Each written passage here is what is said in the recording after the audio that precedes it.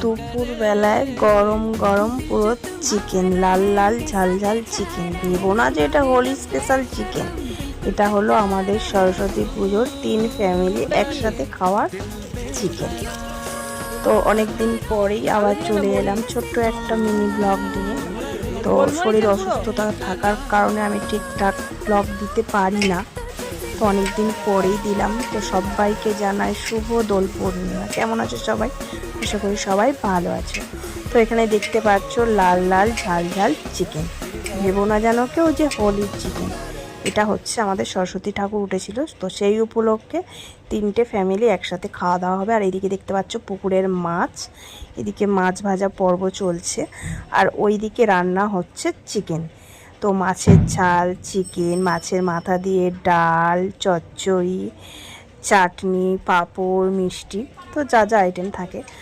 আর এই দিকে দেখো দুপুর হয়ে গেছে, 2-2:30 বাজে। তো সবাই অলরেডি খেতে বসে গেছে, আর আমরা তো আছি দেয়া থোয়ার লাইনে। তো আমরা এখন খাবো না, সবাইকে খাইয়ে ধুয়ে তারপরেই আমরা খাবো। তো এরকম কারা কারা জয়েন্ট ফ্যামিলি আছো, আর জয়েন্ট ফ্যামিলি একসাথে খাওয়া মানে খুব খুব খুব মজা। তো আমরা তো এটা প্রায় করি। তো কারা কারা করো কমেন্টে জানিও।